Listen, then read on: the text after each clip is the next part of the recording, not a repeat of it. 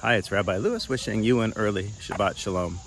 Last night we had our first session of Introduction to Judaism, and one of the topics that came up was that the Hebrew word for synagogue is actually Beit Knesset, which literally translated means house of gathering, a place where we come together to be with people of like-minded or at least similar-minded natures to share an experience. Now, I want to be very clear that it is not a house of entertainment. It's a house of gathering. And why would I say this? Is that all my life, including recently, I've been a part of saying this myself. Sometimes we look back at what happens in the Beit Knesset, the house of gathering, and make a judgment on whether or not we will be there based on if we are entertained. And I think the entertainment's a bonus, right? I love the music, I felt entertained. The rabbi was witty, I felt entertained. Or the rabbi wasn't witty, I was not entertained, I don't want to come back. Or I didn't really like their choice of music, so I'm not coming back. I think we make a real mistake when we bypass the chance for community because we're thinking first and foremost about entertainment. There's just not enough Jewish people in the world to bypass these opportunities of connection with Judaism and the Jewish community. I will say we do our best to do both, to provide a place of meeting and to entertain. And when I say entertain, I also mean opportunities for spiritual connection, fulfillment, and learning. But we can't always hit that mark perfectly. But the thing that we always can provide is that we are a Beit Knesset, a house of gathering. The Torah portion, Parashat Eikev, addresses this when it talks about God warning through Moses that you might make the mistake to think that it's by your own strength that you acquired all the wealth or all the goodness in your life.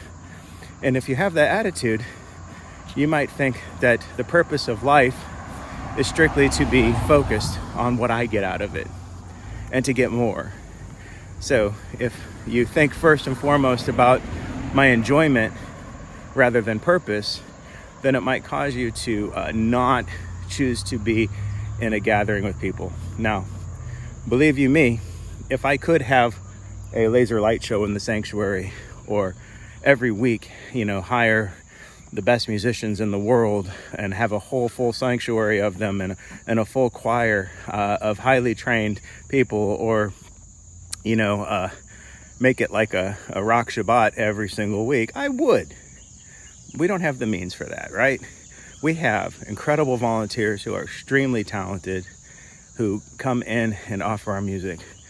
We have a rabbi who tries to engage, to teach, to entertain every week, right? You may or may not be impressed by what we do. I hope you are. That's our goal.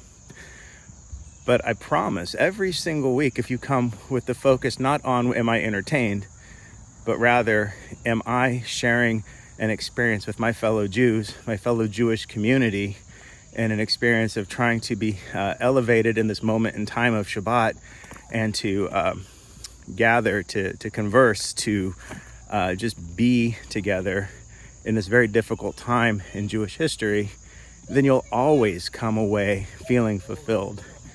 I would love to move us all away from the concept of, was I entertained? Have I been to very entertaining Jewish services that made me feel spiritually uplifted? Absolutely. Can we do that here? We have, and will continue to do so, absolutely. Will we be able to do it every single time? Maybe, maybe not.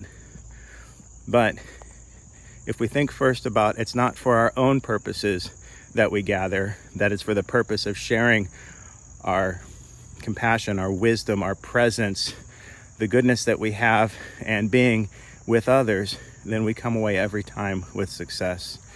The morning blessing that talks about health says that, if any vessel in my body were to open or close at the wrong time, it doesn't say that I would not be able to live. It says that I would not be able to stand before God and praise God.